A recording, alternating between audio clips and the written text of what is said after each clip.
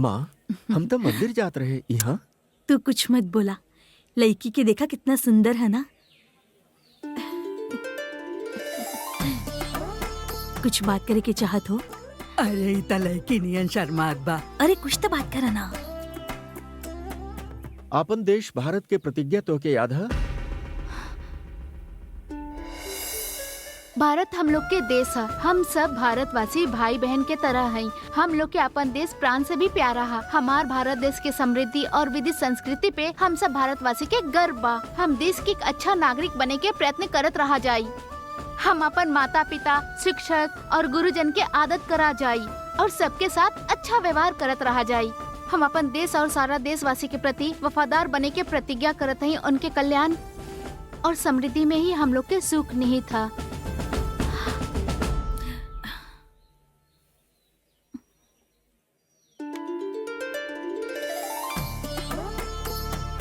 सिर्फ यह गुण काफी है तो उसे शादी करे के लिए।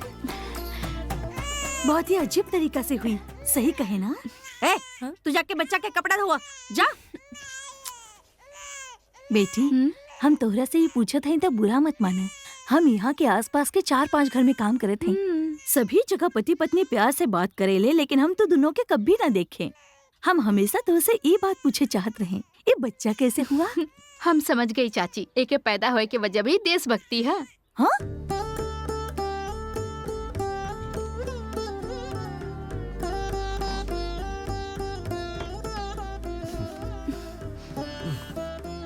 तो इनके काहे देखत रहा था? ई महापुरुष लोग के बहुत पसंद करते हैं। ई में से अगर केहू दोबारा जन्म लेत तो कितना अच्छा होत ना। हमार बच्चा उनके जैसा ही होई, ई बारे में हम हमेशा सोचत रहत हई। लेकिन रउआ हमके कभी प्यार से देखत ही नहीं हो, हमके छुअत भी नहीं हो, तो हम लोग के बच्चा कहाँ से पैदा होई? तो के यकीन है ये लोग जन्म लेंगे? हमके तो ऐसा नहीं लगा था ये लोग जन्म लेंगे।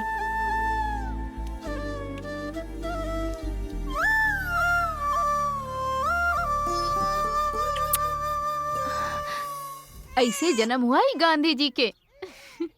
ये भी गांधी जी जैसन महान आदमी बनी। पता ना तो हर पति का बाई ओके अभी तक सत्या के अपने पास ही रख ले। रहे द चाची, हमके तो एक ही आदत था। रहुआ जा, चाचा जी इंतजार करत होंगे। ठीक है, संभाल के रहू। हाँ ठीक है। हाँ। सर, जिला यूथ के अध्यक्ष आए हैं, वेट करत हैं। अरे कल ओपनिंग के बाद मिला बोल दो के।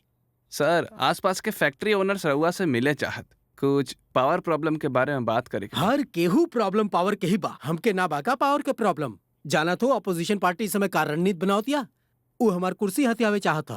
हाँ, भेज दे थी सर, मगर कोनो शिव कुमार आए बा, अपन एमएलए लोग के कोनो एक्स पार्टी वाला खरीद रहा बा। हाँ? उही के बारे में बात करे ला आइल बा। अरे जल्दी बुलाओ के। नमस्ते सर। ऐसन कौन से पार्टी बा जौन के हमार पास एमएलए लोग के खरीदे के दम बा? सॉरी सर, हम झूठ बोले हैं। सच कह के हम रउआ से 4 साल से मिले के कोशिश कर रहा हैं, लेकिन ना ही मिल पाए और झूठ का सहारा लिए तब 30 सेकंड में रउआ सामने है। होश संभाले के बाद 5 सरकार बदल चुकी है सर। ई बीच 5 सीएम, 300 मिनिस्टर, हजारों एमएलए और भी बहुत लोग बदले हैं। इनके टाइम में महंगाई बढ़ी, करप्शन बढ़ा है, साथ ही साथ इनकर दौलत बढ़ी है, स्विस बैंक में अकाउंट ओपन हुआ है, मगर जनता के हालत न बदली सर। कभी कोनो नेता आई जोन हालात के बदली। इतना साल से जनता के साथ हम भी इंतजार करे, मगर केहू नहीं आया। ई सोच के कि भविष्य में कोनो बदलाव नहीं आई और सबके जरूरत के ध्यान में रख के हम पंचसूत्र कॉन्सेप्ट रेडी किए हैं सर। और का बाऊ? नंबर 1, सिटीजन्स के 100% वोटिंग। इम्पॉसिबल। पॉसिबल है सर। हम लोग हमेशा यह सोचत हैं कि जे के लिए हम लोग के सजा ना मिलत वो गलती बाही ना, पनिशमेंट ना मिले के वजह से लोग ऐसे है। फॉर एग्जाम्पल, नो पार्किंग में पार्क किए तो 50 रुपया फाइन, सिग्नल जंप करे पे 500 रुपया के चालान। पनिशमेंट के डर से रूल्स फॉलो होत बना। कुछ दिन पहले आधार कार्ड जरूरी हुई कोई के ना ही पता रहे, और गैस कनेक्शन के लिए आधार कार्ड कंपलसरी करे पे आधार कार्ड के लिए लोग क्यों मां लागे ना सर। ऐसे ही वोट न डाले वाले के अगर राशन कार्ड कैंसिल कर दिया जाए तो हम दावे के साथ कह सकते हैं कि हर कोई वोट डाली। सरकार के चुन के लावे वाला लोग बढ़ी तो सवाल करे वाला लोग भी बढ़ी है। जब उंगली उठी तो डेवलपमेंट अपने आप हुई सर। जनता की सिर्फ 4 चीज चाहिए: रोजमर्रा के जरूरत के खातिर सामान, पढ़े खातिर स्कूल, बीमार होए पे इलाज के लिए हॉस्पिटल और सम्मान से जिए के लिए न्याय। इनमें सबसे पहले जरूरी सामान जनता के मिले ओके उपाय। सरकार के पास यहाँ वहाँ लाखों एकड़ के जमीन खाली पड़ी बा, ओके किसान के खेती करे खातिर दे दिया जाए। 10 गांव के ग्रुप बना के और उनके जमीन दे के वहाँ पे फसल और सब्जी उगाई जाए और सरकार राशन कार्ड से ये सारी चीज जनता के मुहैया कराए, तो आम आदमी की जिंदगी कितना आसान हो जाए। अब शिक्षा और स्वास्थ्य बा, हमार जनता यह धोखा खाता सर। हमार देश में बड़ा बड़ा अमीर लोग एकर बिजनेस बना के रखे हैं। LKG में एडमिशन खातिर लाखों रुपया डोनेशन मांगे वाले स्कूल और एक छोट सा मेडिकल टेस्ट के लिए हजारों रुपया वसूले वाले कॉर्पोरेट हॉस्पिटल के बंद करे के हुई सर। सरकार के कम खर्च में ये सारी सुविधा जनता के देवे हुई सर। जौन लाभ सरकार के मिले के चाहिए, अगर वो प्राइवेट संस्थान के जा था तो देश के दुर्भाग्य है। सरकार के फैसला लेवे के चाहिए कि काम के अधिकार वो प्राइवेट संस्थान के देवे ही नहीं। अगर कहीं कुछ गलत होत बा तो जनता के पूछे के हक होवे के चाहिए और ओके लिए जैसे विधानसभा और संसद में लाइव दिखावा जाता, वैसे ही हर पुलिस स्टेशन और सरकारी ऑफिस में CCTV कैमरा लगावे के चाहिए। वो फुटेज देखे के बाद सच्चाई पता लगावे में आसानी हुई।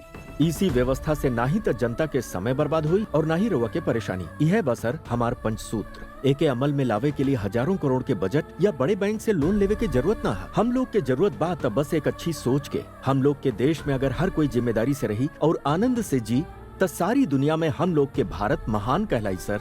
हाँ ठीक है 10 मिनट बाहर बैठ जा, हम तो से डिटेल में बात करो। ओके सर।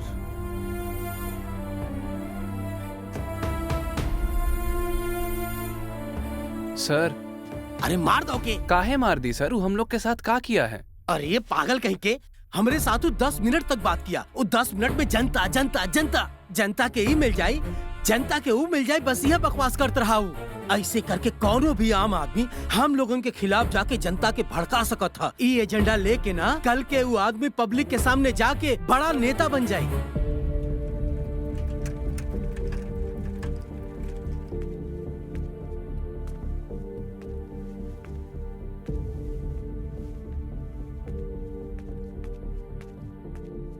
मंत्री जी से मिला है?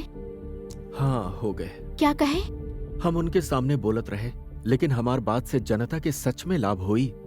ऐसन कोनो खुशी के चमक हमके उनके आंख में दिखाई नहीं दिया, यही लिए हम लौट आए। चलो उठाओ, हाँ इधर दो, जल्दी जल्दी, हाँ भरो। अरे उधर से उठाओ। चला चला जल्दी से हाथ चलावा। अरे भर के लाना। चला चला जल्दी करा, लोड करा। हाँ हाँ उठा के। अरे सीमेंट थोड़ा और मिलावा। चला जल्दी करा। काम कैसे चल रहा है? रहुआ ये एरिया के ऑफिसर होगा? नहीं, हम इस सड़क पे चले वाला हैं, यही लिए पूछ रहा लाई तो से। वहाँ से पत्थर कम करके सीमेंट के बदले रेत डाल दे। चला, अब और सीमेंट ना मिले वाला है। रोड के काम आज ही पूरा होवे के चाहिए। सड़क कैसे बनी तो 1 हफ्ता में खराब हो जाये। अरे खराब होई तो फिर से बन जाये। परमानेंट कुछ ना है सरकार में। बात कर था आके।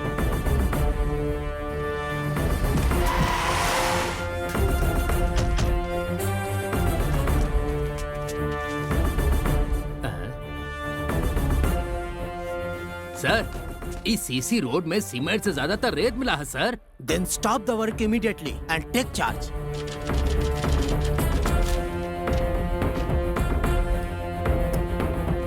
देखिए सर, रहुआ हमारे कॉन्ट्रैक्टर के बारे में नहीं जानत हो। के हवे तोर कॉन्ट्रैक्टर?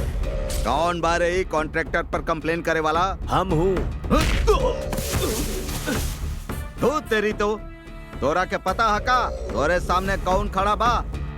हम क्या टच के लिए तो कमिश्नर आई हैं, डिस्ट्रिक्ट कलेक्टर आई हैं, लोकल MLA आई हैं, जरूरत पड़ी तो मिनिस्टर भी यहाँ आई हैं। ये है हमारा रेंज। हम समझ सकत हई भाई, तो बिना सबके इन्वॉल्व किए ऐसा काम करी ना ही सकत था। लागत है एकरा हमरा बारे में पता ना हा। होम मिनिस्टर के फोन लगाओ। लो भाई। हेलो सर। अरे ऐसे काहे चिल्ला था? साउंड पोल्यूशन काहे फैलावा था? तू हमके दिखाई दे था, ये नई टेक्नोलॉजी है। तू दिन जेके हमारे पास भेजे रहे, ओकर का फिगर रहे, का टेक्नोलॉजी रहे। वाह वाह, ये नई टेक्नोलॉजी वाकई बहुत कमाल के है। हेलो सर, हम जौन रोड बनावत हैं वहाँ पे एक आदमी आके कंप्लेन किया है और एक ऑफिसर हमार काम रुकवा दिए हैं। तो हर काम रोका मतलब हमार काम रोक दिया? हमार काम रोका मतलब सीएम क्या काम रोक दिया रे? एक क्या कहा था, अपडेट टेक्नोलॉजी। कॉन्ट्रैक्ट बड़ा होवे या छोट होवे, सीएम के हिस्सा जरूर जाई और हम के भी हिस्सा आवे के चाहिए। और कॉन्ट्रैक्टर के तो के फिनिश करे के ही होगी। ये है हमार रिलेशन टेक्नोलॉजी। कौन है जो तुहार कंप्लेन किया रे? कौन है वो आउटडेटेड टेक्नोलॉजी? ये देखिए ये है सर। तू दिखे मतलब जवान टेक्नोलॉजी दिखा था रे।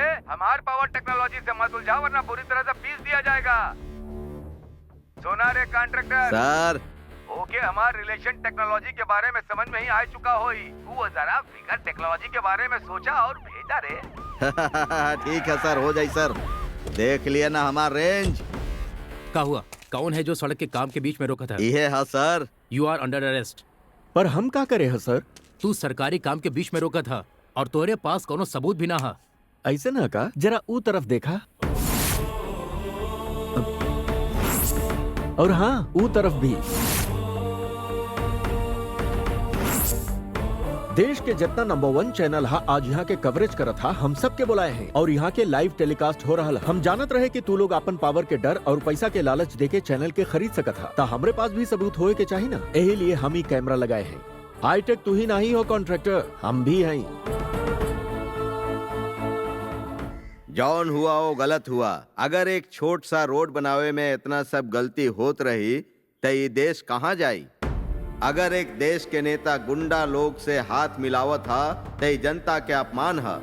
ये घटना पर इंक्वायरी कमीशन बिठावे के कोर्ट आदेश दे रहल बा। ई फैसला के बारे में आपका क्या विचार बा? गलत करे वाला नेता लोग के साथ का करे के चाहिए? गलती हम लोग के नेता के ही ना हा, हमार हा, हम सब कर हा। हम लोग के गली के सड़क बन रहा तो वो सड़क कैसन बन रहा हा, रेत कितना डाली जात हा, सीमेंट कितना मिलावत हा। वहाँ के 4 लोग कभी केहू से पूछे का। लेकिन अगर अपन घर बन रहा होवे तो धूप होवे बारिश होवे रहुआ खड़ा रहा थे। मिस्त्री से कॉन्ट्रैक्टर से सीमेंट कौन सा हा, ईट कहाँ से ले आए, सीमेंट कंक्रीट बराबर से मिलाई जात हा कि नहीं, ऐसा सवाल करके ओके परेशान करत रहा था। काहे कि घर अपन बन रहा था। जैसे रउआ लोग अपन घर के अपन समझा था, वैसे ही रोड के भी अपन समझा। ई रउआ के हक हा। सब लोग अपन जिम्मेदारी समझिए, तब ई देश के भला हुई। और जौन जिम्मेदार नहीं हो कि देश में रहे के हक नहीं।